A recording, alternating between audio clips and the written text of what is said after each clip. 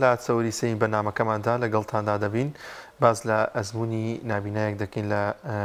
لبركني قرآني بيروز داب زانين كاتكاني شون ترخان كردو بو خدمتي قرآني بيروز و أو ميكانيزمانات شين كسيكي ديكا جاكربير قرآني بيروز لبركاد و بتوانيت با جوازكي دروست و راس لخدمت قرآني بيروز دابت گفتگو زیاده دکین لگل میانه کمان برز کاگ مروان انور کاگ مروان یازور بخیر بین کاگ مروان سرکوتوبی سپاس و آماده بودن سرکوتوبی ان شاء الله سپاس برنامج جوانتانكم يا خو بخير بين پیش جمهور کاگ مروان لخدمتي قرآن تا چند دبیت مایوی که دلو درون آسو دبیت بسم الله الرحمن الرحيم الحمد لله رب العالمين لخدمت بوني قرآن أخوي جورا خويا فرمي ألا بذكر الله تطمئن القلوب خوي جورا أو كساني كقرآن يعني بيبخشف بولا بركردن بلى يعني كتابي كان بيبخشف بول منا داود عليه السلام خوي جورا فرمي ولقد آتينا داود زبورا فرمي وآتينا داود شي زبورا نافرمي مليكة وانيا نافرمي مليكة هەر بۆیە قورئانی پیرۆز لە ڕووی ئارامکردنەوەی دڵ و دەروونەوە گەورەترین کتابێکە کە تا ئێستا زانایانیش لە کۆڵینەوەیان لەسەر کرد بێت. سەیرەکەی تۆ کاتێک قورئانی پیرۆز دەخوێنیت بەسەر کەسێک کە دڵ و دەروونێکی جیاوازی هەیە لە خۆمان بۆ نمونە چەندین ئەزموونی زانایانی ئیسلامی هەیە بەسەر کەسانی یەهودیا قورئانیان خوێندێتەوە هەستیان بە جیاوازی قورئان کردو لە کتابێکی تری عەرەبی بۆ نمونە شعری احتیاجی عربیان بەسەرا خوێندوونەتەوە پاشانیش قورئان ئێخۆ کەسێک یەهودی بێت ئەسڵەن تێناگە لە بابەتەکە نازانێت ئایا ئەمە قورئانە یان قورئان نێوانیە ڕاستە بەڵام کاتێک کە قورئانی بەسەرا خوێندووەتەوە پێی وتۆ تۆ هەستبەی جیاوازە کردووە یەکسەر تۆ دی بەڵێ ئەمە جیاوازە طبعاً ئەمە کەلامێکی جیاوازە لە هەموو کتابەکانی تر کاتێکیش پێغەمبەری خوا صلی الله عليه وسلم هاتووە قورئانی بەسەر هەر کەسێکیان خوێند بێت ئارام بوونەتەوە پێی نحن أعلم ما يستمعون به ئێمە ئەزانین ئەمە ئاگادارین ئەوان گوێی بۆ ئەگرن تەنانەت ئەو کەسانەشی کە زۆر پێ باوەڕی سەخت بوون گویان بۆ ئەم قورئانە گرتۆ دڵیشیان پێی ئارام بۆتەوە. باشە کاک مەڕوان باسی ئەزموونی خۆتمان بۆ بکە چۆن قورئانی پیرۆزت لەبەر کرد ئایا ئەمە بەهرەیەکە خوای گەورە بە تۆی بەخشی و توانیتە هەموو قورئانی پیرۆز لەبەر بکەیت؟ وەڵڵی بۆ مۆزوعی بەهرە خۆی وەکو وێڵەن هەر کوپێک بە ئەندازەی قەبارەکەی ئاوەگرێت مێشتی هەموو مرۆڤێک توانای ئەوەیە قورئان لەبەر کات توانای ئەوەی هەیە یعنی هەوڵی خۆتی لەگەڵا ئەبێ هەوڵی خۆتی لەگەڵا بدەیت بەڵام لەبەرکردن خۆی لە کەسێکەوە وەک کەسێکی تری گۆڕێت بۆ منە تۆ ئێستا توانی قورئانەکە بخوێنیتەوە و گوێشی لێ بگریت و پاشان لەگەڵ گوێگرتن و خوێندنەوەشە تەرکیزیشی بیتە بەڵام من ئەتوانم گوێی لێ بگرم لەگەڵ گوێگرتنەکەشە تەرکیزیشی بم تۆ بەس بە گوێگرتن من بە گوێگرتن بەڵام بە گوێگرتن پێچوو وڵات تقریبا 10 ساڵان پێچ ئەمە لەگەڵ 5-6 مامۆستایەکە لەبەرمان کرد مامۆستا سەید محەممەد سەرەتا پێی خۆش بووتی پێم خۆشە قورئان لەبەرکات بەڵامی تر کە 10 ساڵەکە پێمان چوو سپاس بخۆی گەورە بۆ ئەوی لەگەڵ ژمارەی ئاەتەکانە لەگەڵ هیچی بۆ ئەوی کە تێک نەچێت چونکە قورئانی پیرۆز کە کاتێک لەبەری کرد ئەوێ بە جوانی لەبەرکرێت بەسەریەکە و دوای هەمووی تێک چێت و ئیتر بۆ خۆش دوایی کێشە دروستە بێ لە ڕووی قیامەتیەکەش و لە ڕووی دنیاکەشەوە بێگومان کاک مەڕوان ئەو تاوی و ئاەتانی قورئانی پیرۆزەکە لەبەر کردووە بێگومان بەمانە و بە تەفسیرەوە تۆ لەبەر کردو چونکە پێم وابێت ئەوە چێژێکی دەرونی زۆر تایبەتی دەبێت ینی گرنگە کە لی تێبگەی خۆی قورئانی پیرۆز کاتێک کە لی تێگەشتیت زۆر جیاوازە چونکە ئێمە ساڵانە ئەبینین پێشبڕکێ ئەکرێت بۆ کەسانی کە قورئان لەبەرەکەن پێشبڕکێ ئەکرێت بۆ ئەو کەسانەی کە قورئان جوانە نووسنەوە بەڵام زۆر کەم بینیمانە پێشبڕکێ بکرێت بۆ ئەو کەسانی کە تەدەبوری تیاکەن لە قورئانە تەفسیر و جگەرە تەفسیر و مانە تەدەبورکردن لە قورئانە ینی ئەوەش خۆی بۆ خۆی خاڵێکی ترە چەنە تەفسیر و مانا گرینگە دوو ئەوەنە تەدەبورکردن گرینگە ینی تۆ بیر لە قورئانەکە بکەیتەوە بۆ ئەوی زانی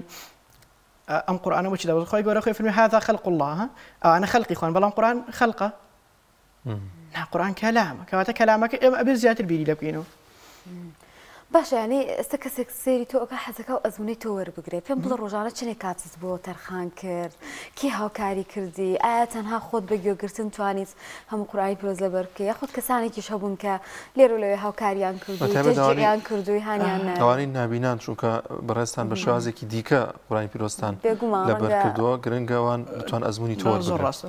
من ڕاستیەکەی ماڵەوان هەمویان هاوکارم بوون لەبەرکردنی قورآنی پیرۆزار لە دایکمەوە دەستی ماچەکەم تا براکانم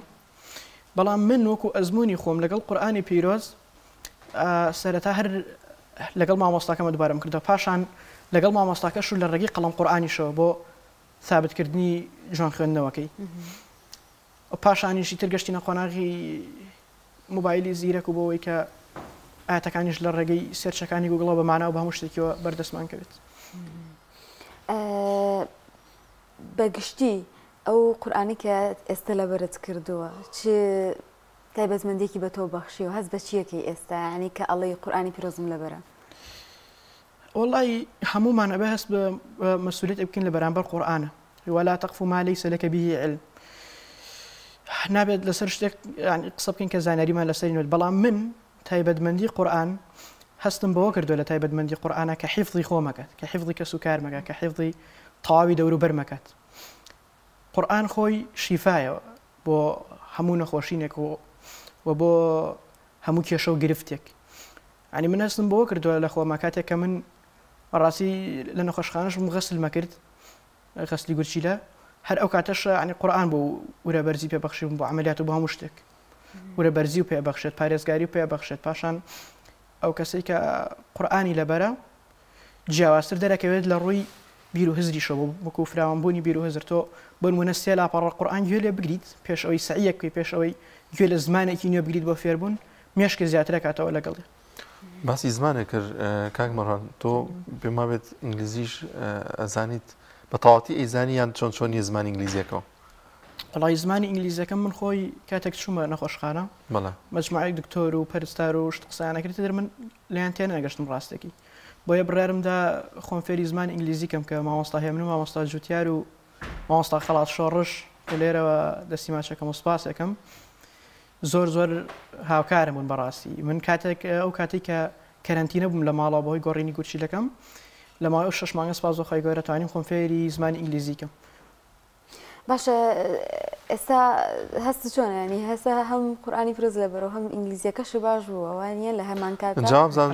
زمانەکە ئینگلیزیش خستۆتە خزمەتی قورآنەوە ئەخۆرە ئەمە هەر شتێکمانە بێ بخینە خزمەتی قورآنەوە بێگومان باشە چۆن ئەم خزمەتەوە کردووە هەستەکەم بزانم وەڵی ئەو خزمەتە خۆم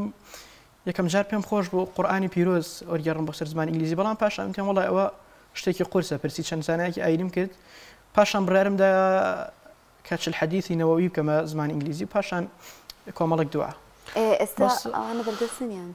بەردەست الحەمدولله الحەمدولله زۆر باشە کاک مەڕان پێمان خۆشە گوێبیستی چەند ئاەتێکی قورآنی پیرۆز بین ئەگەر بە تەفسیری کوردی و ئینگلیزیەکەش هەر گوێمان لێ بێ پێمان خۆشە ئەم دوعایانەکە ئێستا ئەمەی کە ئێستا بەتان خێنمە ئینشاءالله دوعای ژمارە سێیە لە پرۆژەی قورآن بەهاری دڵانە زۆر باشە دوای ئەو باسی پرۆژەکەش دەکەین ئینشاءالله با ئێستا قورآنەکە بڕات ئینشاءالله دعای دوم و دعای سێم ئینشاءالله أعوذ بالله من الشيطان الرجيم وإذا صرفت أبصارهم تلقاء أصحاب النار قالوا ربنا لا تجعلنا مع القوم الظالمين. And when their eyes are returned or the companion of the fire, they say, Our Lord, do not place us with the wrongdoing people. کاتێکیش ڕوویان دەسوڕێنین بەراو لای دۆزەخیەکان دەڵێن پەروەردگارمان مەمان خەرە ڕیزی گەلی ستەمکار. یاخوا دەستە خۆش مەڕوان باشە بادەم ئەمە دوای پرۆژەکە بوو باسی پرۆژەکەمان بۆ بکە بەشداریت کردووە باون باسی پرۆژەکە بکەم بۆنیە ئەمە پرۆژەیەکێ لە هەرێمی کوردستان لە چەند ڕۆژی داهاتووتردا ئینشاءالله ڕۆژی تاقیکردنەوەکەی ڕادەگەێنرێت و ئەم پرۆژەیەکێکە لە پرۆژە جوانەکان کە هاوشێوەی پرۆژەکانی دیکە کابوونی هەیە لەلایەن ئەنجومەنی باخواز و پەروەردەی کۆمەڵی دادگەری و ڕاگەێنراوە. جا زۆرێک لە خەڵکان بەشداریان کردووە کاتەکەشی دیاریکرا و بەڵام دواخرابەوەی کەشوهەواوە ئینشاڵڵا لە کاتێکی دیاریکراودا دووبارە دەست دەکرێتەوە بە تاقیکردنەوەی پرۆژەکە. ئەم پرۆژەیە پرۆژەیەکی زۆر گرنگە کە قورئان بەهاری دڵانە تەواوی ئەو دوعایانەیە کە لە قورئانی پیرۆزدابوونی هەیە و خەڵکی لەبەریان کردو. جا کاکە مەڕوانیش پێشووتر لەبەری کە قورئانی پیرۆزی لەبەر بووە تەواوی دوعاکانی لەبەر بووە، بەڵام لە هەمووی جوانتر و گرنگترەوەیە کە هەم بە تەفسیرەکەشیەوە هەم بە زمانی ئینگلیزیش دەتوانێت ڕافەی ئاەتە جوانەکانی قورئانی پیرۆز بکە. جا پێمان خۆشە باز لە پرۆژەکە بکەیت چۆن پرۆژەکە لەبەر کرد. حتمەن پێشووتر دوعاکانی لەبەر بوو، بەڵام تەفسیر و زمانی ئینگلیزیەکەی ئەگەر ئەوشمان بۆ باس کرد. وەڵام مامۆستا دانێر الحەمدوللا پێشتر ئاەتەکان لەبەر بوو وەکو دوعاکان، بەڵام ئەو ڕیزبەندی کە دانرا بوو پورجایەکی خۆشەویستم کاک محەممەد بۆیە خوێندمەوە ئەو ڕیزبەندەکەی کە دانرا بووە پاشان تەفسیرەکەشی تر لەسەر ئەو کوردیە دانیشت بووین لە ژوورە برارمان دەوتێ بۆچی ئەوە شەر لەسەر کوردیەکەی وەری ناگەڕی بەسەر ئینگلیزی تو مەدە وڵاقی چێکا خۆشم پێم خۆشە و ئینشاءڵڵا ئینەکەی سەبارەت بە لەبەرکردنی ماناکەی کاتێکە لەبەرمان کردرا الحەمدوللا دوو سێ ڕۆژمان پێچوو و بە تەواوەتی لەبەرمان کرد ماناکەی. بەڵام چەند ڕۆژ؟ دوو سێ ڕۆژ ماناکەی. یعنی تۆ پێشتر خۆت پێشتر ئاەتەکانم لەبەر بوو الحەمدوللا. باشم پرۆژانە چۆن نەبینی کاک مەڕوان؟ ئێستا تۆ بەشداریت لەمەیان کردو ینی هەم بەڕاوەکردنەوە کاتە بۆ تەرخان کردووە،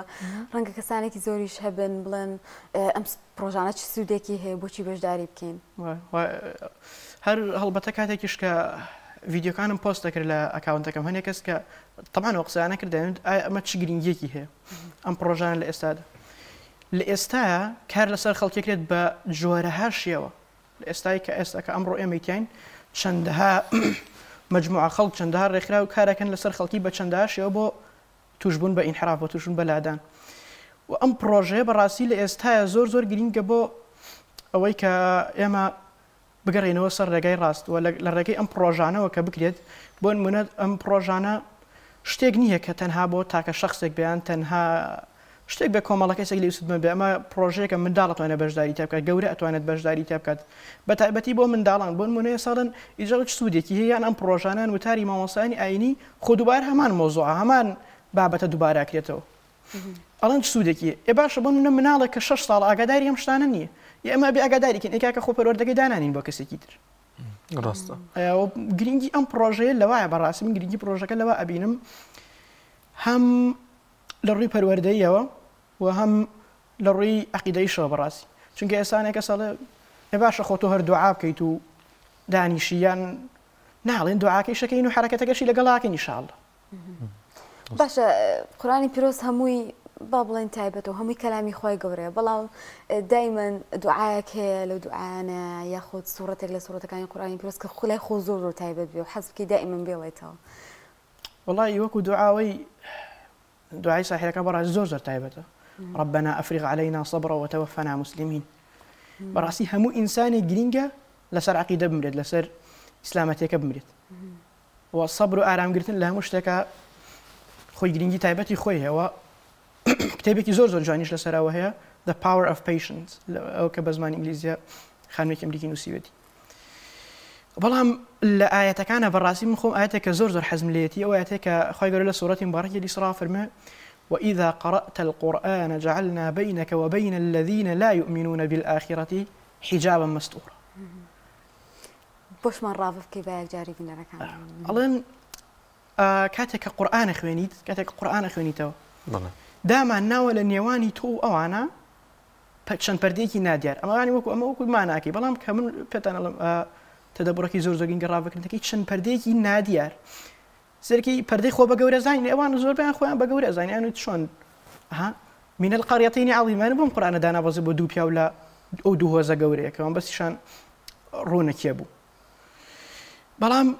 پەردەی خۆ بە گەورە زانین خۆی بەی شوێک دیار نیە وانە پەردەی خۆ بە گەورە زانین دیار نییە، پەردەی ترس دیار نییە، پەردەی شەرم دیار نییە. بۆی خۆی گەورە فەرمێ جعلنا بينك وبين الذين لا يؤمنون بالآخرة حجابا مستورا. چەند پەردەیەکی نادیارمان دانا لە نێوانیان کاتێککە تۆ قورئانە خوێنیتەوە بۆچی خۆی گەورە ئەم پەردە نادیارانەی دانا لە بینیان خۆخوای گەورە فەرمێ إن الله لا يظلم مثقال ذرة.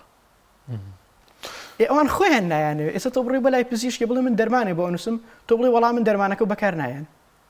هذا شيء بكات كاتها خوي يقول أنا خوي وقال الرسول يا ربي إن قومي اتخذوا هذا القرآن مهجورا. زۆر باشە کاکە مەڕوان بۆ پێی کە بەڕێستان هەموو قورآنی پیرۆستان لەبەرەوە ڕاوەکەشی دەزانن مرۆڤایەتی ئەگەر کار بەم بەرنامە جوانی قورآنی پیرۆست بکات پێ دوایە کۆمەلگایەکی سەقامگیر کۆمەلگایەک دوور لە کێشە و گرفت دێتە ئاراوە خۆی بۆچی مرۆڤایەتی ئەگەر پرسیارەکە وا جوانتر بێ بێ بۆچی مرۆڤایەتی ئەگەر بە قورآن حکم کات سەقامگیرە بێت چونکە هەموو ئامێرێک هەر واز لە مرۆڤایەتی بینین هەموو ئامێرێک بە کەتەلۆکەکەی وە زیاتر کارەکات بە کەتەلۆکەکەی وە ڕێکترە قورآن بەڕای من کەتەلۆکی ئینسان کاتێک ئینسان پەیڕەوی قورآانی کرد کەواتە پەیڕەوی یاسا و بەرنامەیەکە کات کە دروستکارەکەی بۆی داناوە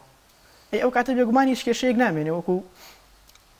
زانایکیش فەرمێت ئەگەر پێغەمبەر محەممەد درودی خۆی لەسەر بێت بگەڕێنرێتەوە بە سەعاتی هەرچی کێشەی دنیا نایەڵێت بۆچی نایەڵێت خۆ پێغەمبەر محەممەدیش ئینسانێکە بەڵام وحیەکەی زیاتر کەمادەم وایە پێغەمبەر محەممەدیش قورآن تەطبیقەکە بۆیە بە سەعاتێک هیچ کێشەیەک نامێنێت. کاک مەڕوان تۆ ئێستا گەنجێکی نابینایت کە ژیانی خۆت تەرخان کرۆ بە قورآنی پیرۆز و هەوڵت داوە کە قورآنی پیرۆز لەبەرکەی و چەندین کاری تر بکەی خۆت فێری زمان کرد و ئامۆژگاری چیە بۆ گەنجان لێرەوە؟ وڵای من ئامۆژگاریم بۆ گەنجانی نەکتەنانە نابینە ئەنی جەستە ساغیشێ زۆر جارەڵێن لەبەرکردن قورس من بەگشتی ئەڵم بۆ هەر بە شێوەیەکی گشتی من بە شێوەیەکی گشتی باسەکەم بە شێوەیەکی گشتی ئەنی زۆر کاتەڵێن لەبەرکردن قورسە سعیکردن قورسە بۆ مرۆڤ هیچ شتێک قورس نێ بەڕای من و ئامۆژگاری من لێرەوە ئەوەیە کە پێویستە ئێمە هەوڵەکانمان بەردەوام بۆ چاکە بێ نەک بۆ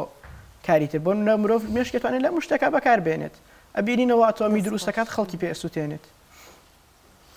زۆر باشە کاکە مەڕوان سەبارەت بە پرۆژەی قورآن بەهاری دڵانە ڕۆژانە چۆن کاتە بۆ تەرخان کرد و چۆن تاقیکرد خۆت تاقیکردنەوە ئەنجامەدا بووی کە بزانیت هەڵەیەک نەکەی لە کاتی تاقیکردنەوە کە ئینشاءڵڵا ئەنجام بدرێت. وڵی ڕۆژانە بە شێوەیەکی گشتی ئیتر کاتێک مڕاجعی قورآن مەکردەوە ئەشمەوە سەر دوعاکانی تر لە ڕێگەی موبایلەکەمەوە کە ڕیکۆردمانە کرد لەگەڵ پورزاکەمە ئەچوینەوە سەری جارجارە. تەجوید تا چەند گرنگی پێداوە تەجوید الحەمدولله خەریکی خوێندنی یاساکانین لە بنکەی کتابەتی خۆمان لە مزگەوتی غوفران لە خزمەت مامۆستا سیروان و مامۆستا ئیکرام و مامۆستا ڕەند. بۆ تۆ قورس نابێت کە ئەمەش پێویستی بەوەیە کە وشەکان ببینی کەسرە و زەمە و نون و ئەمانە الحەمدولله پێویست ناکات چونکە تۆ کە گوێت لە قورآن گرت ئۆتۆماتیکیان ڕای لەگەڵا بۆ نمونە تۆ کاتێک مناڵێک کە تەمەنی 2 ساڵە 3 ساڵ خۆیش لە ڕێزمانی کوردی نازانی هەنیە بەڵام تۆ سیرێکی کوردەکەشی تەطبیقی کاوەکو پیاوێکی 50 ساڵ کەوت تەواو لەگەڵ کوردەکەی ڕاهات بێ جانە هیچی کەوا ئامادەیە بۆمان بخوێنی پێمان خۆشە ئینشاءالله ئەم جاریان هەر بە عەرەبی با قورآنەکە خۆی تۆزە لەگەڵ یابین و كمك آرام ما كيشاء بل إن شاء الله. أعوذ بالله من الشيطان الرجيم. بسم الله الرحمن الرحيم. يا أيها الذين آمنوا لا تقدموا بين يدي الله ورسوله واتقوا الله إن الله سميع عليم. يا أيها الذين آمنوا لا ترفعوا أصواتكم فوق